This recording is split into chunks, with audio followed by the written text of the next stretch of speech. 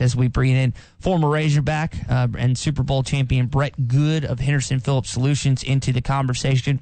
Brett, this is a unique game for Arkansas and LSU because you think back to last season, this is the highest change in the history of college football betting lines, according to Brett McMurphy, from at one point in time being 42-point favorites for LSU to Arkansas being 3-point favorites a year later. And that just really tells the story of 2020, doesn't it? It does. I saw that stat, and I was like, wow, that's crazy. Because, a lot of people preseason still had LSU being good and Arkansas not winning a game. And now we get to this point in the season, and it's a big 40-point swing on the point difference. And it just shows that they may preseason have the better players, but playing as a team, Arkansas seems to be doing that better. And I think they've shown that consistently. So, hopefully they can kind of bounce back after the loss and go out there and try and get a win.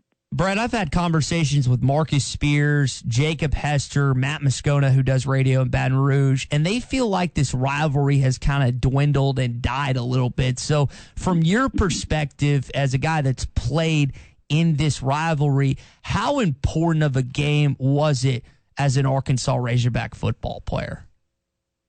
Well, it was huge whenever I was playing because you had to beat them or Alabama to win the SEC West, and that was the top of the SEC, and you had to go do that. Now I would agree the rivalry is kind of dead. Arkansas hasn't won a whole lot of these games, and I'm sure LSU doesn't really care a whole lot about. I mean, they want to win, but the boot doesn't mean as much to them as it probably would Arkansas this game because they've won it so many years in a row. And to create that rivalry, we've got to go out there and start winning these type of ball games and keep that trophy for more than 1 year. For Arkansas, you got to win this one to keep the chance alive, for a winning season, which probably isn't going to happen with Alabama still on your schedule.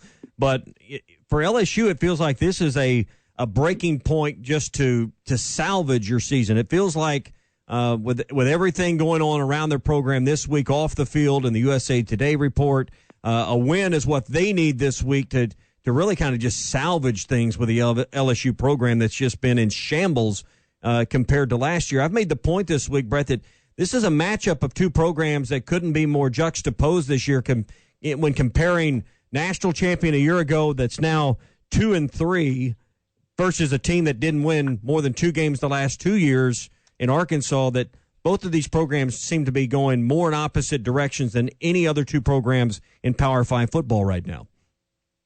I couldn't agree with you more, and that's what's crazy about it is, you're coming off a national championship team, and then they don't get to celebrate. I remember it's kind of like the lockout year when we won the Super Bowl. We didn't get to really celebrate with the team because we were locked out. So that's kind of why LSU, they spent the whole offseason. They didn't get to do a whole lot of functions as a team because of coronavirus, and now they've all come together, and you realize that they're losing games. So what happens with teams like that is they start pointing the finger, they start getting fights. So you wonder, is there trouble in the locker room? And then Arkansas, you give credit to the coaching staff and to the senior leadership that's there.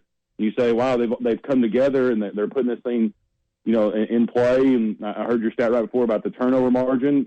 That's huge. Things that Arkansas hasn't been doing in many years consistently, we're doing this year. And I think if both kind of keep going on the trend, I think, if that happens for the next couple of years, then Arkansas obviously goes up that totem pole, and then you start talking about actually competing for SEC West championships. I mentioned the USA Today report that's been circulating and swirling around the LSU athletic department this week. For a football team, when you have a story and a cloud hanging over your program like that during a game week, how hard is it to block that out from being a distraction from your game preparations? It's really hard, and some people don't read it at all, but unfortunately with Twitter and Facebook and everything that's out there, people are constantly on their phone, and so they're seeing all this information, and a lot of guys they either get their feelings hurt or they get upset, but then some guys just get mad and it makes them focus more, and then they really want to hone in to do their job. But a team like LSU, we got to remember, they're still coming. Most of those guys are still in that team that came off that championship game last year, so they played in big-time ball games. They know what they're doing. Now, obviously, the makeup's a little bit different this year, but there's still a lot of good football players on that team, and so they're not taking the media, what they're saying is honest, because you either believe them when they say you're going to go back out and be competitive this year, or you believe them when they tell you that you're awful. So You've got to kind of take the media for what it is when they start dogging a team with a team that just came off a national title, because they're still a good football team.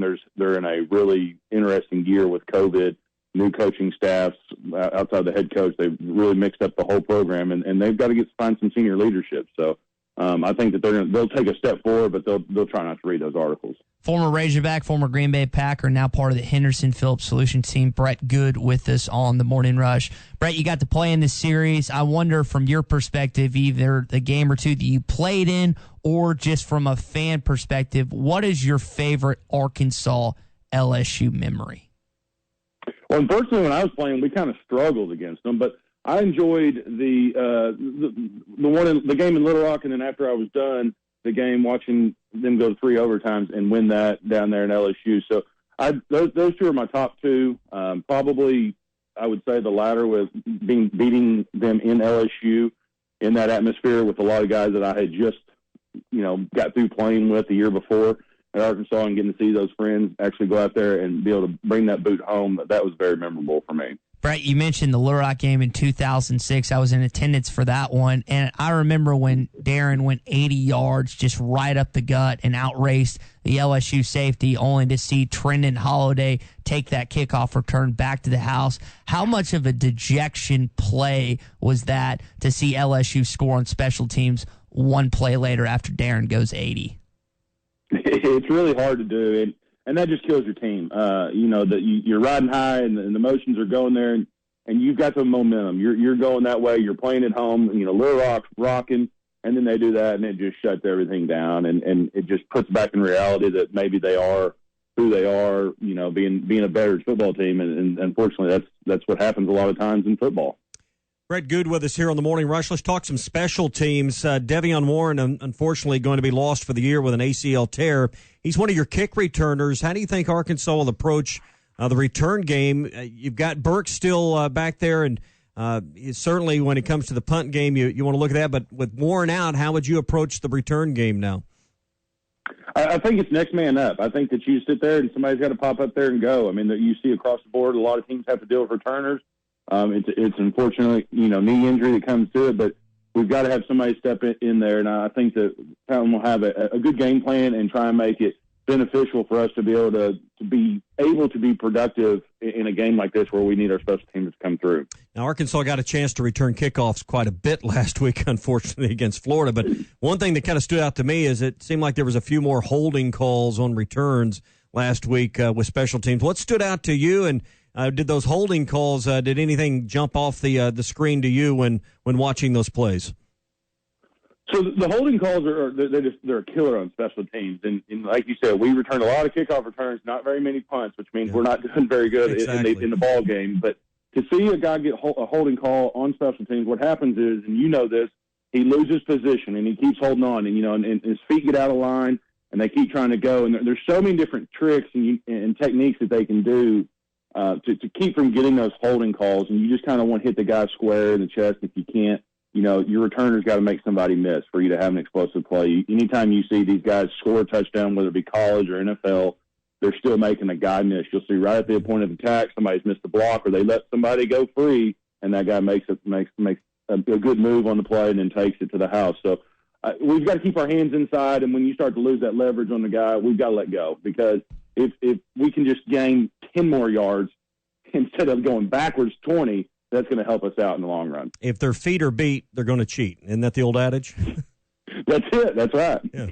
Brett Goode, former Razorback, with us here on the Morning Rush. Brett, as we get ready for this LSU game, there's not a lot of good things that come out of Louisiana, but one of the good things is food. And the Cajun cuisine that comes out of either New Orleans, Baton Rouge, or one of the Cajun towns there is spectacular. If you had to pinpoint one particular Cajun food, whether it's gumbo, whether it's just any assortment, beignets, jambalaya, what's your go-to Cajun food?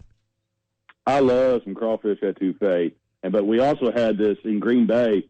They got these pies shipped in. There were mini pies, and they were crawfish etouffee pies. And so you just pick it up and go, and it was absolutely delicious. And every time we went down there, especially in the NFL playing that, I mean, we got to go out to eat, and it was a ball, because you got to eat some local restaurants that you never get to touch anywhere else in the world except right there, and they do have some really good food. I don't know about eating the rat that y'all were talking about earlier, but I can eat a lot of other stuff. Yeah, the blackened, if you go down there, one of the things you got to try is, Ty, is the blackened redfish, which redfish, of course, is known for that part of the country. But the blackened redfish or the redfish etouffee is just unbelievable. It's unbelievable. Yeah, Brett, you mentioned the crawfish etouffee. That is definitely on my list as well. There was some big NFL news this week, Brett, and I don't know if you guys were teammates or not, or if y'all missed. I think you guys were, and forgive me if I'm mispronouncing his name, David Bakhtiari. Highest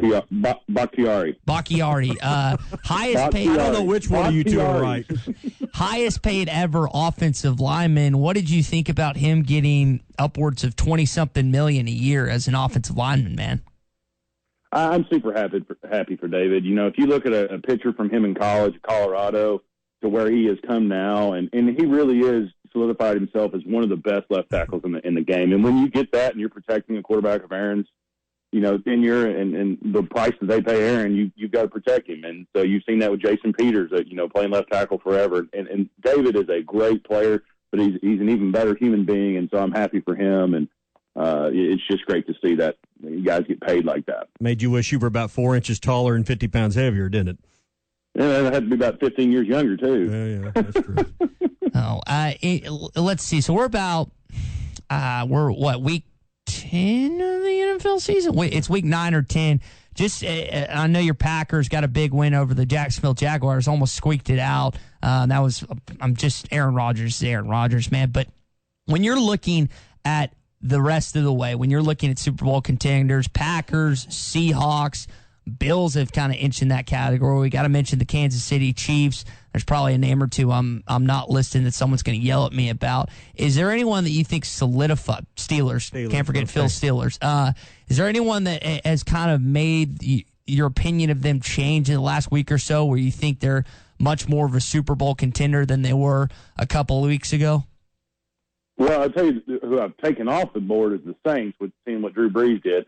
But I definitely would add the Bills into that. It's going to be – everything looks like it's going to run through Pittsburgh. You know, the Steelers being as good as they are right now, and they're playing consistent football, and they've always had a good defense. I'm kind of not impressed with Baltimore, just the fact that they're not keeping up with everybody. Lamar seems to be confused out there. Obviously, like you said, Kansas City is a big-time contender. And I think now in the NFC, you know, it's which Tampa Bay Buccaneers team are you going to get? I think the Packers are playing the most consistently outside of the one game they played against Tampa Bay. They're sitting at 7-2. Then you've got the Bears, Minnesota. What comes out of that division? Well, the Bears started off 5-0. You got to. The reason I'm saying this is because you're adding an extra playoff team. Bears started off 5-0. Now they're on a big-time losing streak, and Minnesota's back in the mix because they're running the football, and their defense has always been good. So I think it's going to come down to the wire, but I think things are going to be interesting this year because of the added team to the playoff to see how the whole mix-up comes through. All right, gut feeling on the Hogs and LSU this weekend. I say Hogs by 10. Okay. All right. Brett's part of the team at Henderson Phillips Employer Solutions. If you are the person that deals with the employee benefits, 401k, any of the retirement plans, health insurance, that's part of your work at your work, staffing management solutions. Brett may have to explain what that is, but I know you've got some tools to help people with that, commercial and personal insurance. If any of that's on your menu, Brett, you can help them with that. That's right. We can help anything along that line. We do payroll. We can help with if you're not an HR guy and you need some HR help, we offer that for companies that can't afford it. And we just try to kind of go the whole list that we can help out businesses and try and have a long-term relationship with you, so we can handle it from A to Z. All right, Northwest Arkansas, River Valley, or really anywhere you're listening, you can call or text Brett. Here's his cell phone number, 479-651-2292. That's 651-2292, so you can call him directly at that number for any of your insurance or employee benefit needs. 651-2292 for Brett Goode with Henderson Phillips Employer Solutions. All right, buddy, have a good rest of your week. We'll talk to you next Wednesday. All right, sounds good. Thanks, guys. Go Hogs.